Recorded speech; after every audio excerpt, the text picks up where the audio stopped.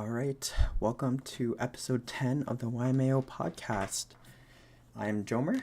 If you guys are new here, I yap for pretty much as long as I can, and hopefully you guys either fall asleep or you learn something new. I like that intro, actually. Maybe we might keep that one. We're still trying to figure things out, but first off the mind, I'm happy that I never made a schedule or tried to do things consistently because I knew that I wasn't going to follow it. I was trying my best to film an episode of the podcast every single day, and I guess I wanted to make it live every time. And yesterday I was just so busy until midnight or 1 a.m. Pretty much it was too late to make a podcast episode for the day. And I was just like, you know what? At least I didn't let anybody down. I never put a schedule out there. I never said when I was going to post. I just try to post as consistently as I can. I think that the rule is that I'll try to have a podcast episode every day and put a giant emphasis on try. And I need to find a time when it works. Honestly, it's really whenever I feel like I have the energy to do it. Because right now, I am drained. I'm exhausted from work, and I didn't sleep. Usually I take a 30-minute nap sometimes, and I didn't take a nap. And I decided I'm going to film a little bit early today, because if I don't, I will not film this later on, and I will be too tired later on. I know myself enough. So we are filming now. And I'm going to try my best to make this as entertaining as I can. So, what's going on today? Today was a normal work day. It is Thursday. I was gone yesterday, did a bunch of fun stuff. I watched Deadpool versus Wolverine. Awesome movie. Crazy good movie. I would rate it. I'm not an avid moviegoer, but for my own personal rating, it was probably I would say a 9.5. I really enjoyed that movie. I've always been a fan of Deadpool. I love the comedy relief, and the story flow and the plot line was just awesome. Really liked it all. And yeah, it was just really, really good. I don't want to spoil anything, but I recommend going for it. If you didn't watch it yet, it came out a while ago, and it was just really, really cool. It was really, really fun, and it was a great time. So I did that. I got a Philly cheesesteak, and I've made a list of food that I've been craving, and Philly cheesesteaks were on there. And I got a Philly cheesesteak where the bread was garlic bread, and I don't recommend that. the Philly cheesesteak overall, it was kind of small, and I gave it a 6.5. It was okay, but the garlic kind of just made it weird. I'm not gonna lie. So there's a lot of things you can put in a Philly cheesesteak, but garlic bread as the bun or as the bread is definitely not the move. So yeah, that is what happened yesterday. It was a great time. Food could have been better. I ended up going to a theater in Brooklyn, and the theater was kind of old style, or it's not the big movie theaters like AMC or Regal.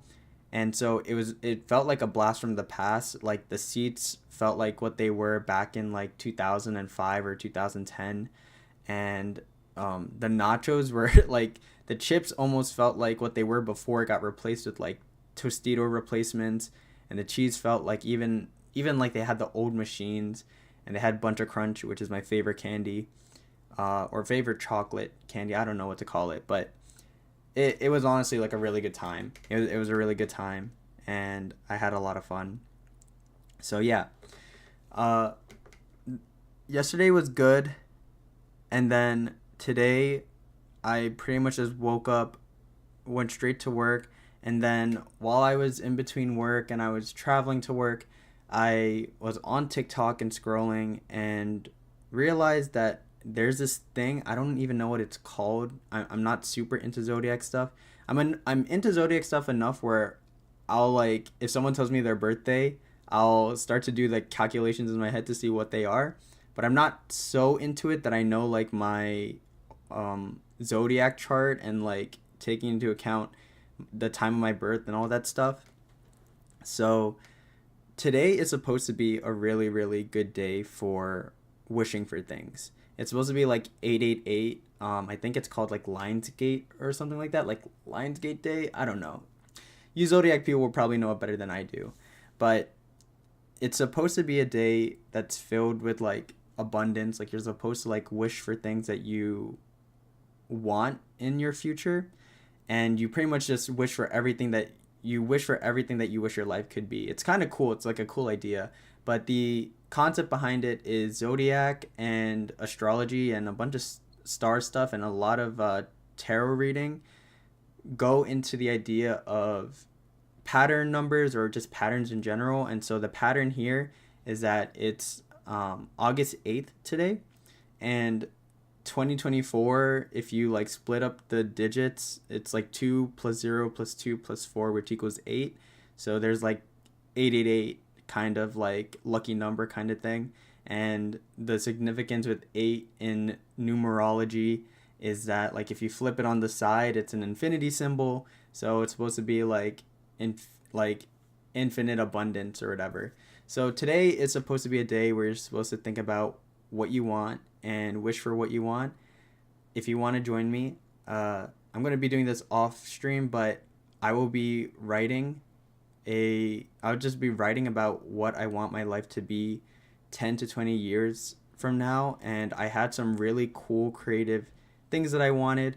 For example, I think there's no rule about like keeping it to yourself, to be honest, but I had this really cool idea where I thought, how cool would it be if I was so successful and had so many resources and was so financially secure that I could just like snap my finger or make a call and I could have like an attendant or like a what do you call it?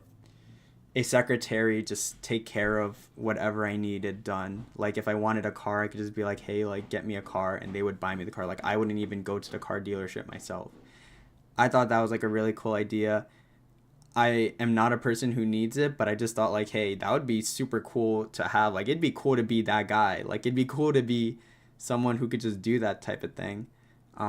So I'm gonna try. I think like that's one of the goals that I want to try to go towards, whether it's realistic or not. I think it's just like a fun little challenge to do. You know, like I'm just trying to make my life better, and in the process kind of like have fun with the journey. And that's what it's all about. Kind of like the point of making these wishes are to kind of just understand what you really want out of your life, whether it's materialistic or if it's something that you want because it's super important to you, like it's sentimental. Then write it down today. Who knows, maybe all of the stars align and you end up getting whatever you write. That's what I'm kind of hoping for myself.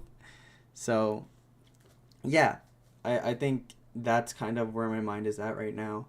I usually I have a bunch of personal growth and self-improvement books, and I have a bunch of different categories, but I usually choose to read the books where I have a particular problem with it. So if my problem is with figuring out my purpose, I'll read a book about purpose. And it has gotten kind of bad where I have personal growth books about a bunch of different topics, and I will pick a book up because I'm currently like struggling with relationships, for example, right?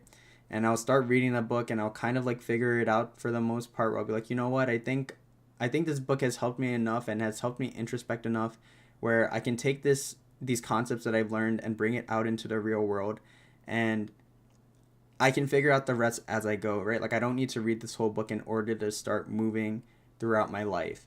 And so I'll put the book down and I'll be left on like page 20 or 30, and then while I'm giving myself that time to figure things out with my relationship, another problem will come. And so I'll say, oh, like this is a problem with budgeting. And so I'll pick up a book on budgeting and I'll read another 30 pages and it will be the same. And so I have these bookmarks in a bunch of different books. None of them are finished, and I seem to have a problem. I keep looking this way because that's where all my books are. They're all on the floor. And I have to finish them. Like I have to like I feel like I'm running out of bookmarks and I'm running out of space, and I should really just finish the books that I have. And there's probably a lot of stuff to learn. There's probably a lot of benefits to there's probably a lot of benefits to just finishing the book in its I can't think of the word, but finishing it holistically, like finishing the entire book just so that you can say it's done and then move on to the next thing. I just feel like when I'm reading from a book, I'm usually reading because I'm trying to learn something, and when I feel like I've learned enough, or I feel like it's given me the space and time and the perspective to think about what I need, then I kind of like throw it away for a little bit and I come back to it when I need it. I don't know if that's the right way to do things. In particular, to personal growth books, but in general, I feel like something that school teaches is to not skip over things. And when it comes to personal growth, or when it comes to learning in general, sometimes there are parts where you feel like you don't really need it, but you'll still read through it. And it's just like, it's tedious to read through like 5 pages where you feel like they're not talking about anything. And then on top of it, you read the 5 pages and you're not even paying attention. So you just, like, there was no point in reading the 5 pages anyway. Like, you were going to skip over it anyway, or like your brain wasn't going to retain the information anyway. So you might as well just skip through the 5 pages, see what happens on the 6th page. And then if you're reading the 6th page and you're like, oh, like, actually, I find myself thinking like what actually happened in the past 5 pages, then you would go back and read the 5 pages. Or that's my mentality. It kind of works. I mean, it kind of works. I usually don't skip over a lot of parts because personal growth books are super interesting to me. But I feel like when there's, particularly when there's like business books or budgeting books, sometimes things just make sense to me. Like, there will be a chapter on not spending your money, like not spending more money than you make.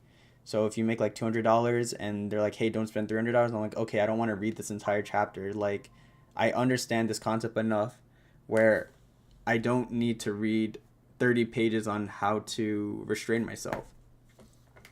And so, like, I feel like with the budgeting books or the personal finance books in particular, I don't need it. So, yeah, skip that shit. Just skip whatever. Just skip whatever you don't need. It's like, just make the most of your time. Make sure you're using it correctly. That's kind of like what I'm trying to get across. I've been super strict with my time, I think, across the board, and that's why I've been reevaluating how I use time in general. I've also been realizing that I could be spending my time better, and not just in a way where it helps my career, in ways that it just kind of helps me grow as a person. I feel like I've been detaching myself from a lot of social groups to focus on my career and to focus on myself. And in the process, I kind of realized that part of learning about myself is learning how I do in a social setting and helping myself grow socially. Like in social situations, I could always handle myself. I'm an ambivert, so I can handle being by myself as an introvert, or I can handle myself in social situations as an extrovert. But just because I do it doesn't mean that I'm always going to know how to do it well. It's kind of like it's kind of just like a skill. Being social is kind of like a skill that you need to have every now and again to just kind of be on your A game, so that when you meet people, whether it's platonic or not, you come off as positive, charismatic, funny, whatever you want to come off as. I guess if you don't really care about this stuff, then it's whatever. But I feel like learning to be social will generally help you have more opportunities in life.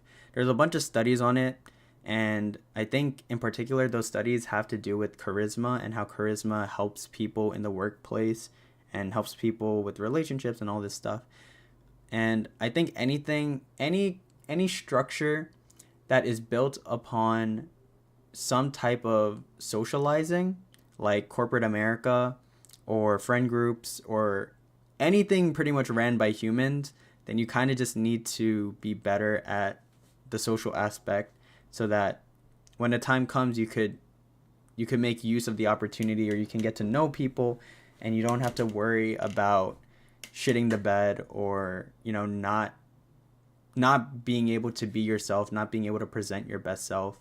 I think that's probably the thing that I would want to share, that the main takeaway from working on your social skills is that you are able to portray yourself as you want to portray yourself, rather than being more reserved or being more shy or not sharing every part of you in the right way. I meant being able to communicate your thoughts properly and being able to share your perspective in a way where people can understand where you're coming from. Because trust me, people just will not put themselves in people's shoes a lot of the time. There is miscommunication everywhere. Everybody misunderstands everybody, and it can be a headache if you don't know how to traverse social settings very well. I've come from a place where I didn't understand it, and then you're probably asking oh, well, how do you get better at it?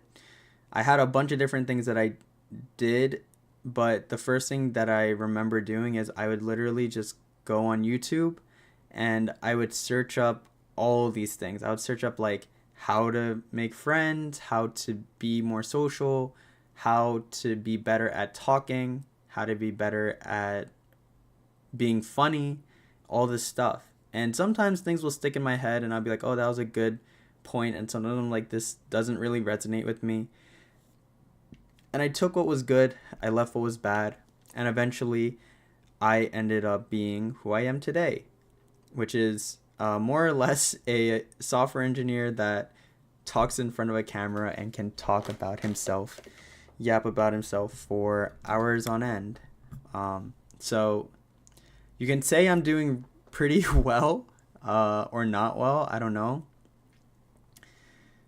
But yeah, I think that I take it for granted, or it's kind of a part of my personality now, so I don't even notice it. I don't notice how impactful I could be or how much my positive attitude helps other people.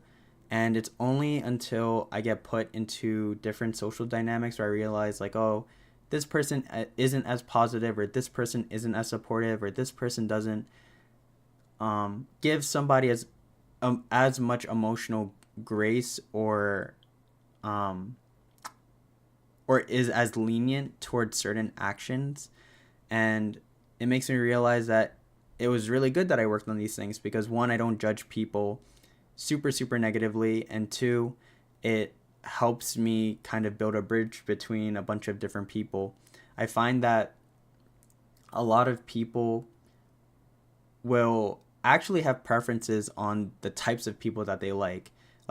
Most of the time, people aren't going to get along with everybody. There will be specific groups that people don't like for whatever reason, whether they had trauma or bad experiences with them in the past. They just won't like certain groups. For example, high school jocks have a stereotype of not liking nerds, and nerds have a stereotype of not liking jocks. And obviously, it all gets stemmed from insecurity. The jocks don't like the nerds because they're not smart, or they're not seen as smart, right? I'm not going to say that jocks aren't smart, because honestly, there's a lot of athletes that kill it in both categories, and there's a lot of nerds nowadays that that rock academics and also have a good build. But just thinking about stereotypes, it kind of stems from a place where if you're focusing on your academics, you're not focusing on your physical looks, you're focusing on your mental looks, and then everyone has their own insecurities, and it gets taken out on other people.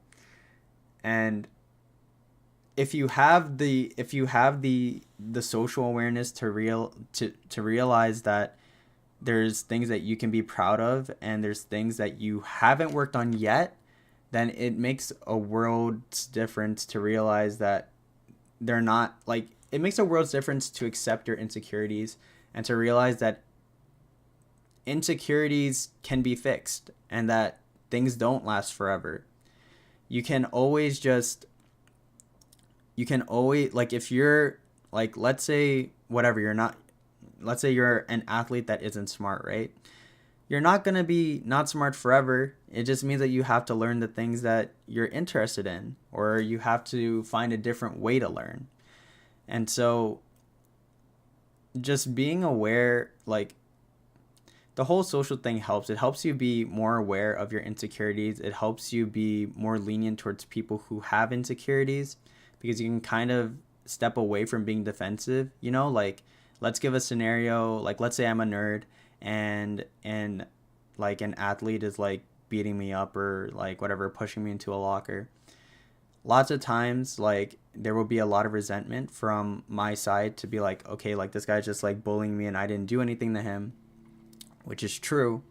But I feel like the second part is left out, where people don't really go the extra 2 steps to say, oh, I didn't do anything, and so the reason doesn't have to do with me. Like, I didn't do anything to this person, and so the reason why this person is bullying me is because they have a problem with themselves, which is normally how bullying happens. Like, bullying happens because there's insecurities.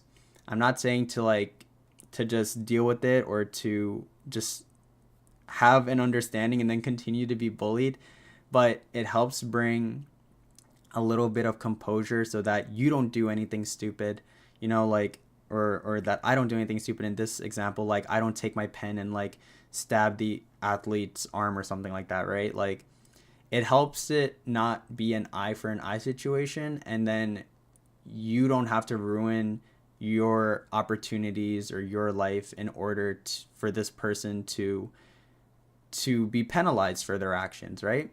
So that's kind of the goal. Like, it's not taking the high road. It's just kind of making, like, it's less of taking the high road and making sure that you stay on your own road. Like, you don't want to derail your own progress. You don't want to derail your own opportunities because you decided to let your emotions get the better of you, or you decided to do an action that you're just going to regret, like, within the next 30 seconds or like after a day or after a week. So I feel like,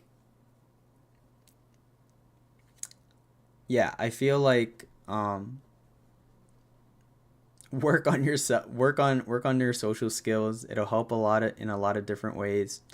And the way I see it, I used to be pretty awkward, used to be a big League of Legends player, and used to just stay inside and play video games. I used to be the 12-year-old kid or the 14-year-old kid on Call of Duty playing on the Xbox 360. Well, I guess you guys know it as the Xbox One or whatever it is now. And yeah, I would be the squeaker. I would be the squeaker on voice chat, and I would not share who I was, or I would be more shy in person. And since then, I have learned to open up, and now that shit talking Call of Duty player is now just a shit talking adult in real life.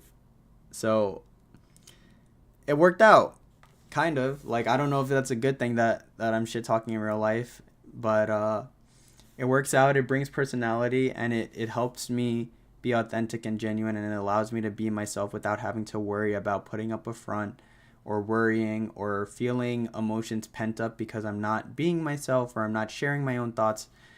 It really just helps to take off a lot of the emotional load that kind of comes with not being able to express yourself and not being able to communicate your thoughts. Like, if you are not able to be yourself, then you won't be able to share half the thoughts that you have because you're not naturally being yourself. On top of, I guess, like, a little forewarning on that, if you are naturally a person, like, whether you know it or not, like, well, we're gonna break it down, like, how you should know this. But to start off, if you can not categorize yourself right now as a naturally positive person, or you can be confident that if anything leaves your mouth, people won't take it the wrong way, then you fall into this category where you need to evaluate yourself, and you need to just kind of think a little bit more about the things that you have to say. So already there. Now, if you are in this category, then it does not mean that you are any worse or you're off any better. It just means that you have problems like the rest of the human population, and that it's important to ask like why you have those problems, or where exactly people are coming from when you say something and they misunderstand, or they don't laugh, or they think you said something wrong. Like it's important to just ask people why did like socially why was it not okay, and being in a state where you just understand like what was like wrong, quote unquote, socially. Like I'm putting it in quotes because it's not wrong to be yourself, but socially there are rules, there is a right and wrong when it comes to social things, and things that are wrong just end up being awkward, right? And so to avoid awkwardness and to avoid like a lot of these things, the only way really is to just learn, like to keep on like being yourself and like litmus testing it. And then when the litmus test turns red, you just kind of ask people and you try to figure out what exactly you could be doing better. Like asking people for feedback, asking what you could be doing better, and just being like, and being upfront about it, and being like in your friend group or whatever, be like, hey, I feel like I am not good at this socially. So if you see me doing this, then please like let me know, or if you have any ideas on how I could be better about it. But being social, just like any other personality, like personal skill, personal like attribute that you have to work on, is just like it's like physical accolades, or it's like working out in a gym. You have to do the mental work to build the resilience, to build acceptance, to build these attributes that people just aren't genuine, like lots of people just aren't built with. Lots of people end up feeling innately cocky or innately confident because of the environment they're in, because of the amount of praise that they've gotten. And that's mostly the validation that comes that's mostly the validation that people that cause people to be confident. But at the end of the day, that validation doesn't really help, in my opinion. The validation's great because it's external. You get to see people ooh and awe at you. But the problem with it is that like those people aren't always going to be around in your life. If you don't have that intrinsic validation, like if you don't have that internal validation to yourself, to tell yourself what you can be confident in, to be proud of who you are, then eventually like you're just like, if you're not doing that for yourself, you're going to lack the validation, and then you'll feel insecure. You'll feel insecure about whatever it is. If you were proud about your accomplishments and your grades, and one day you graduate from school and you don't have that validation anymore from your peers, from your teachers, from your professors, from your parents, like where does it go, right? And people will achievement hunt. People will strive in their careers. People will strive in run clubs, which is like apparently very big in New York right now.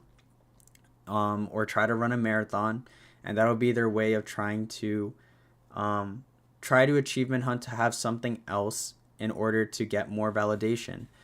But the best validation is kind of like when you just do something for yourself, because you can kind of recollect it. You can think back to the time that you were proud of yourself, and it has better mileage than the one-off comments of people being like, wow, great job. Because great job doesn't really, people saying great job doesn't really get soaked in. It doesn't really feel, it doesn't feel as good as when you just when you accept and understand your own accolades, because only you really know how much work you put in. Only you know all of the blood, sweat, and tears that you put in to achieve all these things. And so when you say like, hey, hey Joemer, I'm proud of you, you just like, it really just sinks in all the things that you did, and you get to acknowledge all of it. And no one will ever be able to give you that acknowledgement. Maybe a significant other might feel close to that because they're like, wow, I've seen you work like all those hours and stuff. But even that, like, it has better mileage than like a friend or someone who's like an acquaintance, but they'll never really understand it. And I personally have actually got a distaste from it because it almost like, I know that people don't mean it, but it's almost like when people say like, oh, like I'm so amazed by all the work that you do. But like realistically, 95% of the work that I do is in my own room. So people don't really see all the work that I do. Even if you were to look at all my podcasts and the 400 videos that I post on YouTube and the 6-hour live streams of me coding, and you looked at all of that, that was maybe 5% of maybe 10% of my time. And 90% of the time, it was off camera. And so it almost feels like, okay, like if you really think that this is amazing, then like, how much does it really mean? Like, I mean, obviously it means a lot because it's like great. Like I'm getting appreciation and I love the support and everything, but the gravity that is being understood is not there. And it doesn't make it less genuine or authentic. It just has a different type of weight to it, in my opinion. Some people will weigh that appreciation a lot higher, because when you don't acknowledge yourself, you actually feel like you don't even your weight for like your weight balancing for understanding appreciation, like your appreciation scale is actually so tone deaf. Not trying to be rude, but it's like, let me tell you, like, appreciating myself is like up here, and like let's say like by the mic is like 0, right? Like people appreciating you is right here. Like there is, and if you only have been getting appreciation from people and you've never taken the time to appreciate yourself, you are only operating within like this whatever, like this 5-10%. And there is this whole entire area that people will never understand, or will try to understand but won't really grasp it because they're not you. And it's all internal. Like this is all internal appreciation. You can even be someone who is a social media influencer and has like 100,000, a million people, whatever, but you will see it time and time again. Like you can be an Olympic athlete, but people will feel the most proud when they get that appreciation from their family or their closest friends, not from the millions of people that are watching them, right? So it's like people have given a higher appreciation or a higher value to their appreciation for the people that are closer to them, And the closest person to you is you. Like that is the thing that I want you to sink into that I want to sink in. It's just the closest person that understands all your struggles, that understands everything to a T, is always going to be yourself. And if you could just tap into it, even like 1%, to just like think of yourself out of body. Just think of yourself in the third person, like watching you from one side of the room, like behind you. Just watch, like, for example, if I'm just talking here, I'm imagining myself behind me just watching me talk. It just helps you. I mean, it's kind of freaky, but it helps you to realize that you're doing things. Like it takes you out of your own body, and it almost makes you feel what it's like to be watching somebody work really hard, or even to watch somebody do what you're doing. And there's a lot of things that go into this exercise where you will realize like, oh, like actually I would have never, like if I imagined somebody working for 3 hours straight, then like I'd be like, wow, that person was like really, really great. But then when we think about ourselves and we're like, oh, we put 3 hours in, oh, like it's whatever, like it's not even that much. It's like we give ourselves less value for some reason. And I don't know what the psychological answer is, or maybe I do, but I'm not thinking about it right now. But in general, we give ourselves less value, we underappreciate ourselves, and maybe part of it is because no one wants to value themselves, because then they'll just kind of be seen as cocky, or people will think that you're like arrogant, or that you're like you just think of yourself as like hot stuff, but it's not. Like it's just that general appreciation, normal appreciation has been so underused in society that when people value themselves a little bit, then people will be like, wow, that person is cocky. I think it goes like, and obviously it like a little bit of tact, like you shouldn't always be arrogant and you should always value yourself and all this stuff. But there's a way to go about it. And if you value yourself, lots of times the easiest way to just not make it cocky is to just acknowledge it yourself. Like if you value yourself, then you don't need to put it out into the world, right? If you're proud of yourself, then you don't need to say it out loud for other people to reverberate that energy back. I don't need to say, oh, I think I don't have to say I'm so funny so that people will be like, oh yeah, Joemer, you're so funny. Because like if you're funny, you're funny. Like it's kind of like the thing where people say like, oh, if you're a nice guy, then you won't say you're a nice guy. It's like people don't speak about themselves in the third person. People don't speak about the qualities that they have because it's just a part of them, right? Like I don't go around saying like, hey, I breathe air really well.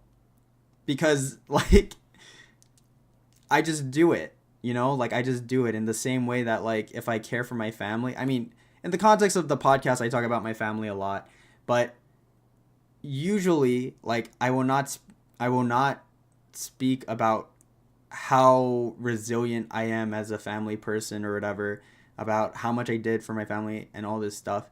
For the most part, like I will briefly talk about it to get my point across, but I won't go in depth into it.